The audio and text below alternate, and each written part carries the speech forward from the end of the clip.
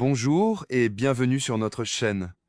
Avez-vous déjà ressenti cette piqûre glaciale de la trahison, non pas d'un étranger, mais au cœur même de votre histoire de famille? Ce sentiment que le sol se dérobe sous vos pieds, là où vous pensiez être le plus en sécurité. Aujourd'hui, je veux vous raconter l'histoire d'Eliane, une histoire de silence, d'amour bafoué et de la force insoupçonnée que l'on trouve quand on n'a plus rien à perdre. Racontez-moi dans les commentaires, quelle est votre histoire de famille française? Comment avez-vous trouvé la force de surmonter une trahison familiale? Je suis curieux de lire vos expériences, de comprendre les liens invisibles qui nous unissent et nous déchirent. L'histoire d'Eliane commence un mardi matin, un mardi tout à fait ordinaire à Paris, avec le ciel gris perle et l'odeur du café qui monte de la cour. Pour elle, le monde s'est arrêté avec une simple enveloppe cartonnée, couleur crème. Le facteur avait sonné comme tous les matins à 10h15. Eliane avait ouvert, un sourire machinal aux lèvres, avait pris le courrier et l'avait posé sur la console en marbre de l'entrée. Des factures, une publicité pour un supermarché et cette enveloppe, rigide, élégante. Son nom, Madame Eliane Dubois, était calligraphié dans une écriture ronde et appliquée qu'elle ne connaissait que trop bien. C'était l'écriture de Sophie, sa belle-fille. Une appréhension froide lui serra le ventre. Elle n'avait plus de nouvelles directes de Sophie, ni de son fils Antoine, depuis des mois. Juste des silences pesants au téléphone, des visites annulées à la dernière minute, une distance qui s'était creusée, insidieuse, comme une fissure dans un mur porteur. Elle déchira l'enveloppe avec des doigts qui tremblaient légèrement. Le carton était épais, luxueux. À l'intérieur, une seule carte. En haut, 2 prénoms enlacés en lettres dorées. Antoine, Sophie. Et en dessous, la date, le lieu et cette petite phrase cruelle, écrite à la main sous le texte imprimé. Viens voir ce que c'est que le véritable amour. J'espère que tu seras là. Eliane dut s'appuyer contre le mur. Ses genoux menaçaient de la lâcher. Antoine et Sophie se mariaient, son fils, et la femme qui avait été, pendant 5 ans, la petite amie d'Antoine, la femme qu'elle avait accueillie, aimée comme une fille, la femme qui, 1 an après la mort de son mari, Marc, vivait désormais avec lui. Non, pas avec Antoine. Avec Marc. L'invitation n'était pas pour le mariage de son fils. C'était l'annonce du mariage de sa belle-fille avec son propre mari. Un mari qu'elle croyait mort et enterré depuis plus d'1 an. Le souffle lui manqua. Le couloir se mit à tanguer. Elle regarda de nouveau la carte, les lettres dorées qui dansaient devant ses yeux. Antoine, Sophie. Non, elle avait mal lu. C'était impossible. La fatigue, le chagrin. Elle passa une main sur ses yeux, força son regard à se stabiliser. L'encre était bien là, nette, précise. Mark and Sophie, son mari, et sa belle-fille.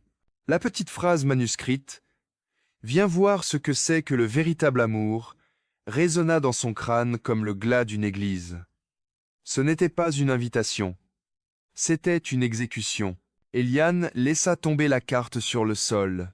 Le bruit mat du carton sur le parquet fut la seule chose réelle dans un monde qui venait de basculer dans la folie. Elle resta là, debout, le dos contre le mur froid, regardant l'invitation comme si c'était un serpent prêt à mordre.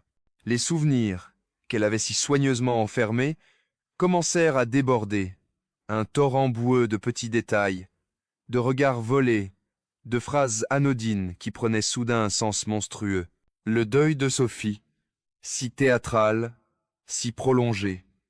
Ses visites de plus en plus fréquentes après la mort supposée de Marc, pour soutenir Eliane. Ses questions sur les finances, les assurances, le notaire. C'est pour t'aider, belle maman. Tu n'as pas à t'occuper de ces choses-là dans ton état. Son fils, Antoine, si distant, si mal à l'aise. Lui qui avait rompu avec Sophie quelques mois avant la mort de son père, sans explication claire. On ne s'entendait plus, maman. C'est la vie. Il avait semblé si perdu, si triste. Eliane avait mis ça sur le compte du chagrin, de la rupture. Quelle idiote elle avait été. Il n'était pas triste. Il était complice. La vérité la frappa avec la violence d'un poing en pleine poitrine. Son mari n'était pas mort. Il l'avait abandonné. Il avait orchestré sa propre disparition avec la complicité de la fiancée de son fils. Et maintenant, ils allaient se marier. Il l'invitait à célébrer leur bonheur, construit sur les ruines de sa vie. Une vague de nausée la submergea. Elle courut vers la cuisine, s'agrippa à l'évier et vomit le peu de café qu'elle avait dans l'estomac. Les larmes lui brûlaient les yeux, mais ce n'étaient pas des larmes de tristesse. C'était de la rage, une rage pure, incandescente, comme elle n'en avait jamais ressenti de sa vie. Pendant 40 ans, elle avait été Eliane Dubois, l'épouse de Marc, la mère d'Antoine. Une femme discrète, dévouée, dont la vie tournait autour de sa famille. Elle avait sacrifié sa propre carrière pour élever son fils, pour soutenir son mari dans ses projets ambitieux. Elle avait été le pilier silencieux, la fondation invisible sur laquelle ils avaient bâti leur existence. Et pour tout cela, voilà sa récompense. Une invitation à son propre effacement. Elle se redressa, s'essuya la bouche, avec le dos de la main. Elle retourna dans l'entrée. Lentement, elle se pencha et ramassa l'invitation. Elle la tint entre ses doigts, sentant le grain du papier, le relief des lettres dorées. Viens voir ce que c'est que le véritable amour. Un sourire étrange, un rictus qu'elle ne se connaissait pas, étira ses lèvres. « Oh oui !» murmura-t-elle au silence de l'appartement. « J'y serai. Comptez sur moi. » Ce jour-là, l'ancienne Eliane est morte. Et une autre femme est née. Une femme qui n'avait plus peur, plus de larmes, et un seul objectif, comprendre, et faire en sorte qu'ils n'oublient jamais, jamais, le jour où ils avaient décidé de la détruire. Les jours qui suivirent furent un brouillard étrange, une succession de gestes automatiques dans un silence assourdissant. Eliane se levait, préparait son café, regardait par la fenêtre les feuilles des platanes jaunir, mais elle n'était plus vraiment là. Son esprit était ailleurs, dans le passé, à remonter le fil du temps, à la recherche du premier mensonge, du premier signe avant-coureur de la catastrophe. Elle se souvint de l'arrivée de Sophie dans leur vie, c'était il y a 5 ans. Antoine l'avait présentée lors d'un dîner dominical. Une jeune femme pétillante, aux grands yeux curieux et au sourire facile. Elle était charmante, intelligente, étudiante en histoire de l'art. Elle avait conquis Marc immédiatement. Enfin une fille qui a de la conversation. Avait-il lancé ce soir-là, une fois les jeunes partis, avec un regard un peu trop appuyé vers Eliane qui rangeait la vaisselle. Eliane n'avait rien dit, comme d'habitude. Elle était habituée aux petites piques de Marc, à sa façon de la diminuer subtilement en public pour se grandir lui-même. Elle avait mis ça sur le compte de sa personnalité, de son besoin constant d'être le centre de l'attention. Elle avait pardonné. Encore. Sophie était devenue une habituée de la maison. Elle passait des heures à discuter avec Marc dans son bureau, prétendument pour l'aider à classer ses livres anciens. Eliane les entendait rire à travers la porte. Parfois, quand elle leur apportait du café, elle surprenait un silence soudain, un regard trop vite détourné. Elle chassait alors le malaise, se traitant de vieille folle jalouse. C'était la petite amie de son fils. C'était normal qu'elle s'entende bien avec son père. Puis, il y eut les cadeaux. Marc, qui n'avait jamais été particulièrement généreux, se mit à couvrir Sophie de présents. Un foulard de soie, un livre rare, un petit bracelet juste une amitié, pour la remercier de son aide.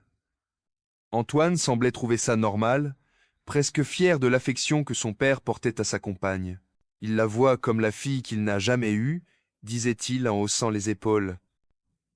Eliane, elle, voyait autre chose. Elle voyait la main de son mari s'attarder un peu trop longtemps sur le bras de Sophie. Elle voyait leurs regards qui se croisaient au-dessus de la table. Elle voyait l'arrogance satisfaite dans les yeux de Marc, et une lueur triomphante, presque prédatrice, dans ceux de Sophie. Mais que pouvait-elle dire? Qu'aurait-elle pu prouver? Elle se serait couverte de ridicule. Elle se tut, rongeant son frein, espérant se tromper. La rupture entre Antoine et Sophie fut soudaine, inexpliquée. Un soir, Antoine était rentré, le visage fermé. C'est fini. Il n'en avait jamais dit plus. 2 mois plus tard, Marc partait pour un voyage d'affaires en Argentine. Il ne reviendrait jamais. La nouvelle était tombée par un appel de l'ambassade. Un accident de voiture sur une route de montagne isolée. La voiture avait pris feu. Le corps était méconnaissable. Identification formelle impossible. Juste des effets personnels retrouvés dans les débris. Sa montre, son alliance, Eliane s'était effondrée. Malgré tout, c'était l'homme de sa vie, le père de son fils. Le chagrin était réel, dévastateur. Sophie était réapparue, comme par magie.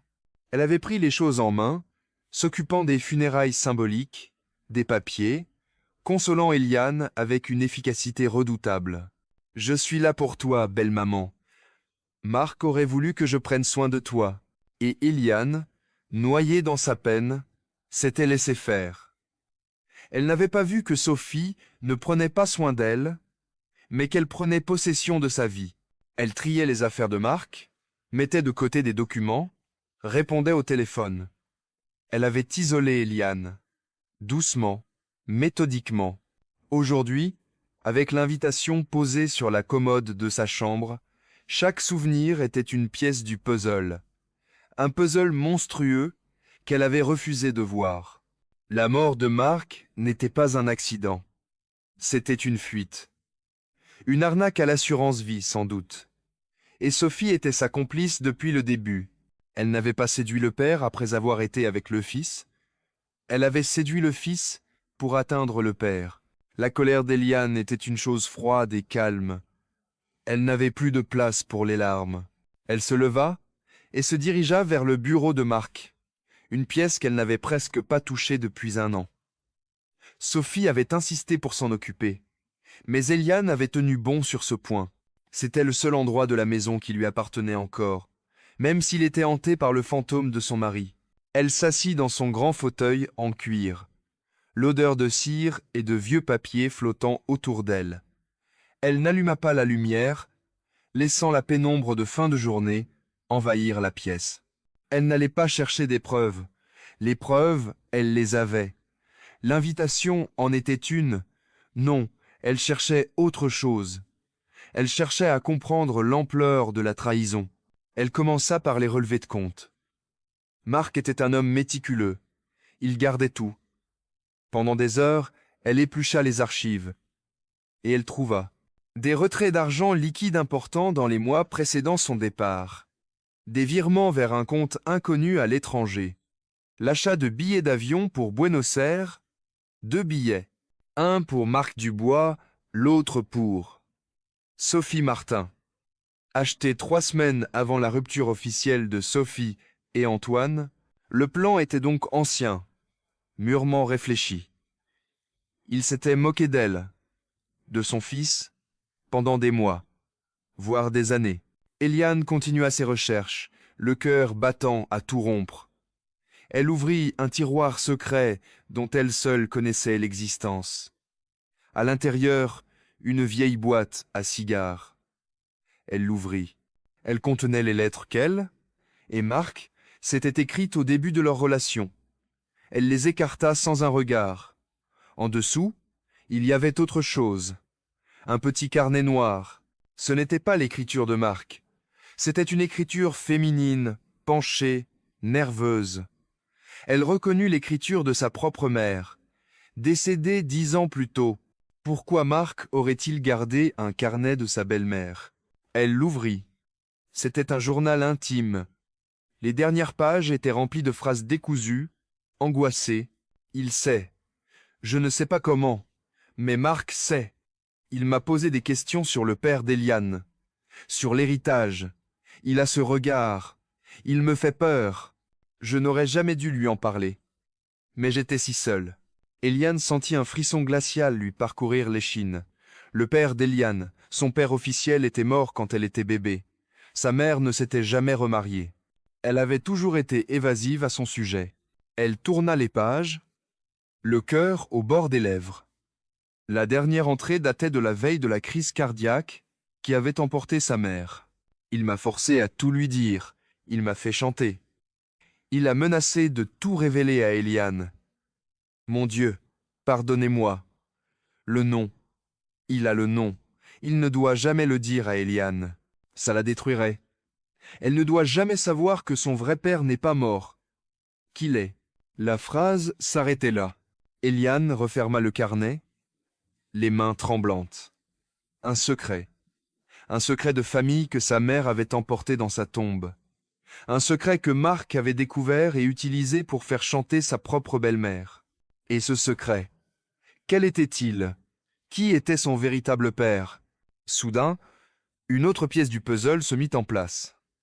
L'obsession de Marc pour le statut social, sa frustration constante de ne pas être né du bon côté, son ambition dévorante.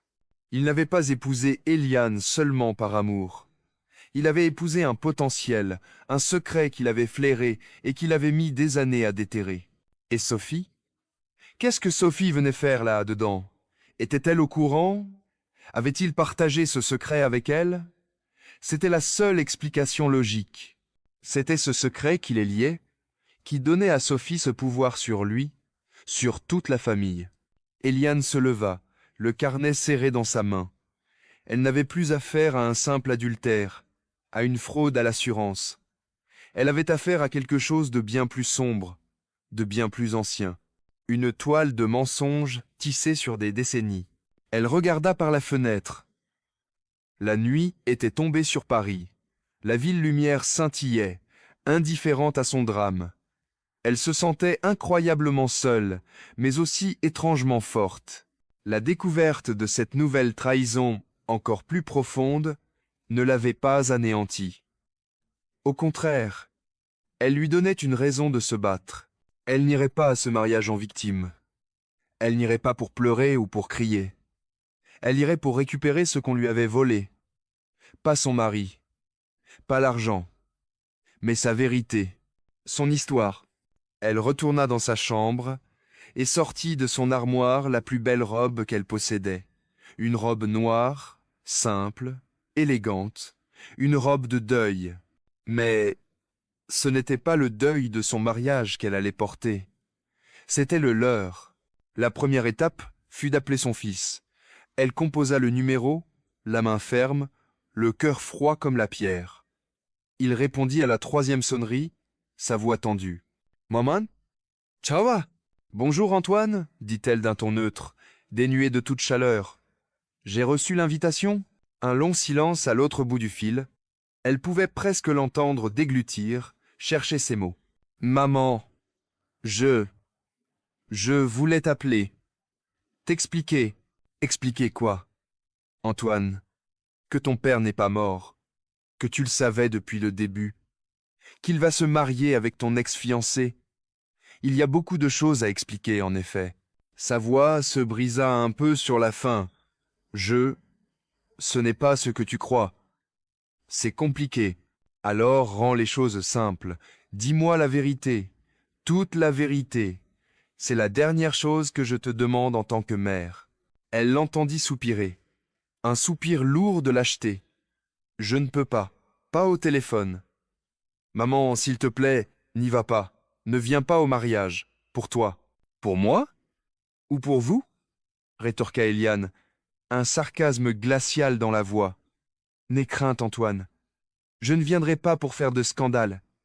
J'ai bien trop de dignité pour ça. Je viendrai simplement féliciter les mariés. Transmets mes amitiés à ton père et à Sophie. Elle raccrocha avant qu'il ait pu répondre. Elle ne lui laisserait pas le temps de se préparer, de monter une défense avec ses complices. Elle les laisserait mariner dans l'incertitude. Le mariage avait lieu dans 3 semaines, dans un domaine cossu de la vallée de Chevreuse. Éliane avait du temps, elle utilisa ce temps à bon escient. Elle engagea, en toute discrétion, un détective privé, un ancien policier, recommandé par son avocat, un homme efficace et sans état d'âme. La mission était simple. Pas de filature, pas de photos compromettantes. Elle voulait juste un nom. Le nom de son père biologique. Le détective, intrigué par cette demande étrange, accepta. Il avait juste besoin d'un point de départ. Le nom de jeune fille de sa mère, sa date et son lieu de naissance. Pendant que le détective travaillait, Éliane se plongea dans sa propre enquête. Elle passa ses journées à la Bibliothèque nationale, à éplucher les archives des journaux de l'époque de la jeunesse de sa mère. Elle cherchait un nom, un événement, n'importe quoi qui pourrait la mettre sur la piste. Elle se sentait revivre. La douleur était toujours là, une braise ardente au fond de sa poitrine, mais elle était recouverte par la fièvre de la recherche, par la certitude d'avancer vers un but. Elle n'était plus la victime passive, elle était devenue l'architecte de sa propre vengeance. Une vengeance qui ne serait pas criarde, mais silencieuse et dévastatrice. Une semaine avant le mariage, le détective l'appela. Il avait trouvé quelque chose. Ils se donnèrent rendez-vous dans un café discret près du jardin du Luxembourg. L'homme posa une enveloppe sur la table. « Ce ne fut pas facile, » dit-il. « Les archives de l'état civil de ce petit village des Alpes ont brûlé pendant la guerre. J'ai dû recouper des témoignages, des registres paroissiaux. Votre mère était une femme très discrète. » Éliane ouvrit l'enveloppe, le cœur battant. À l'intérieur, une copie d'un acte de baptême. Le sien, le nom de la mère y figurait. Et à la place du père, une simple mention. De père inconnu. Elle sentit la déception la submerger. « Je ne comprends pas. Vous m'avez dit que... » Lisez le nom du parrain. La coupa doucement le détective. Elle baissa les yeux. Parrain. Comte Amaury de la Roche-Bernard. Le monde d'Éliane bascula une seconde fois. Le comte de la Roche-Bernard. Une des plus vieilles et des plus riches familles de France. Une dynastie d'industriels et de financiers dont la fortune et l'influence étaient légendaires. Sa mère, fille de paysan, avait été jeune servante au château de la Roche-Bernard pendant 1 an, juste avant sa naissance. Tout s'éclaira d'un coup. Le secret, le chantage de Marc, l'obsession de la réussite.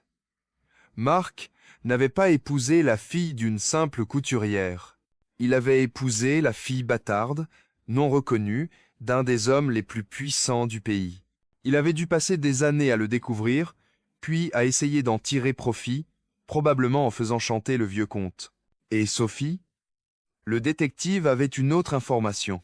Votre future ex-belle-fille, Sophie Martin. Son nom ne vous dit rien? J'ai fait quelques recherches sur sa famille. Son grand-père était le régisseur du domaine de la Roche-Bernard. Il a été renvoyé sans explication juste après la naissance de votre mère. La toile était complète. Sophie n'était pas une pièce rapportée. Elle était au centre de l'histoire depuis le début. Sa famille avait probablement gardé une rancune tenace envers les La Roche-Bernard.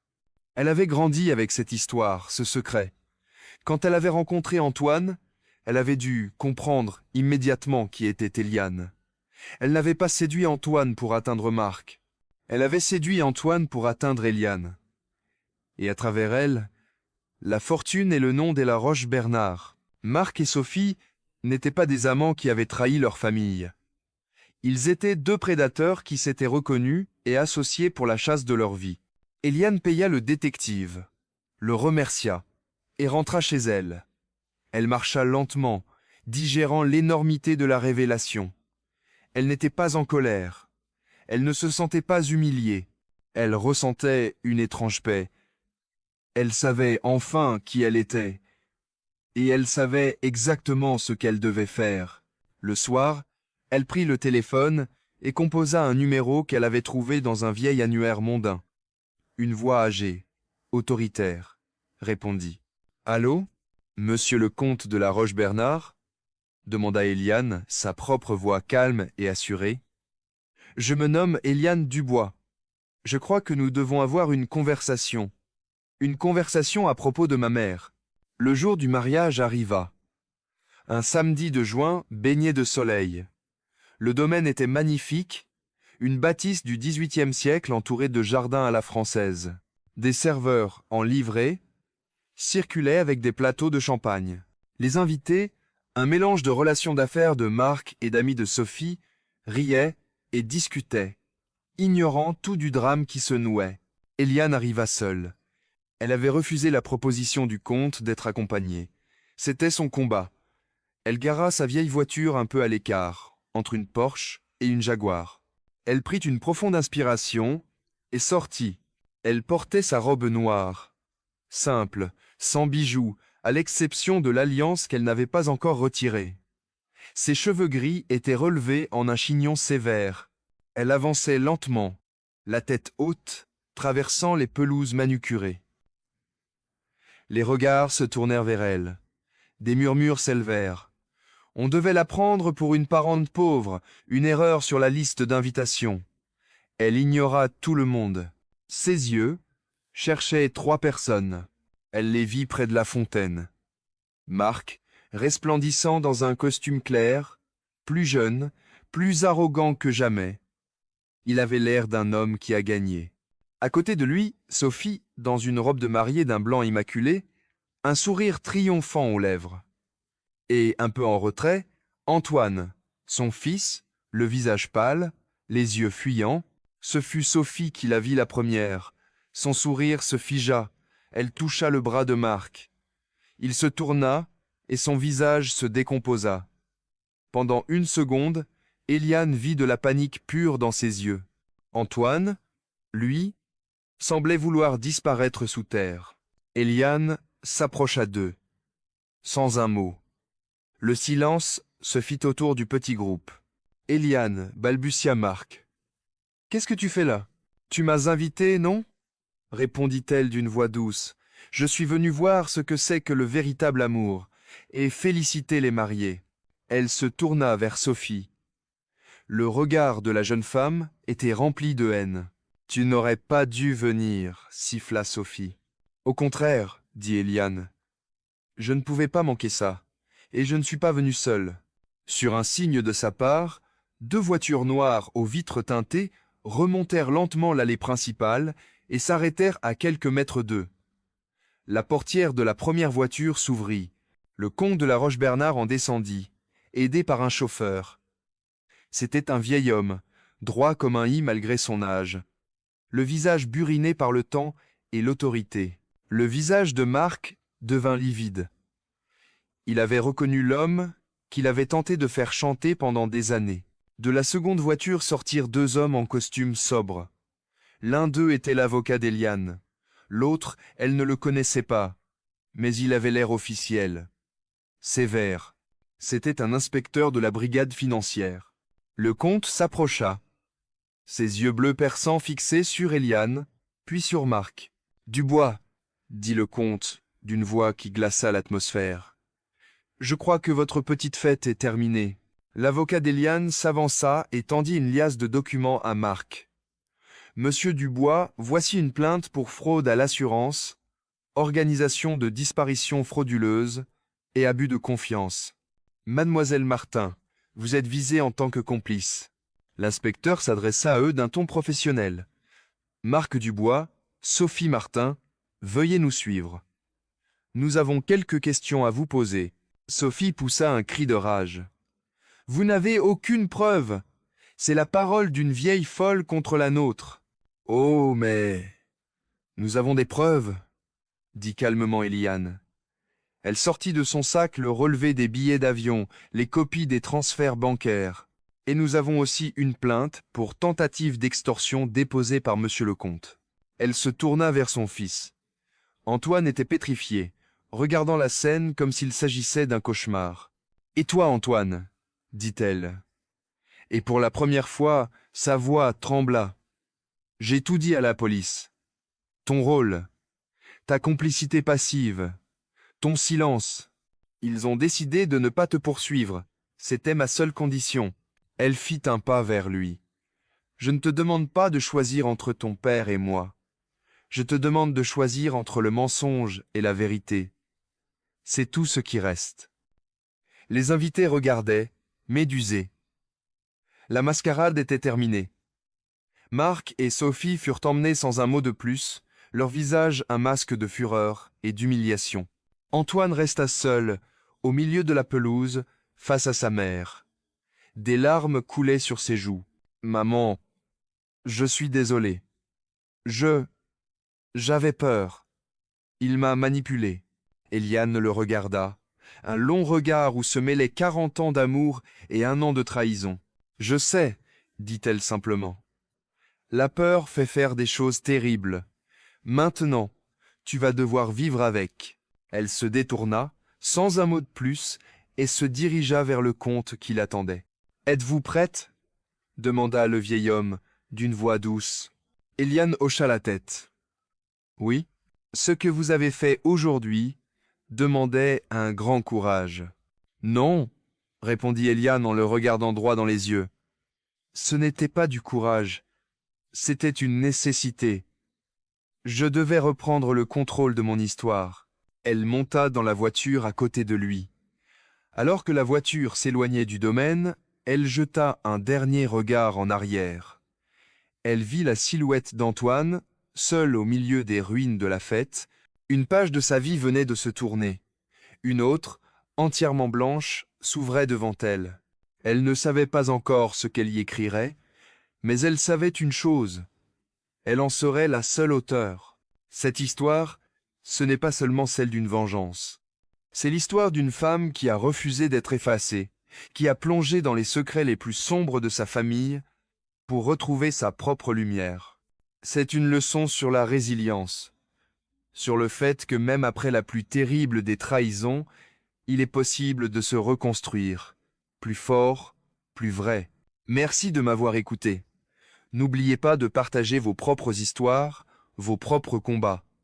Parfois, le simple fait de mettre des mots sur la douleur est le premier pas vers la guérison. Prenez soin de vous.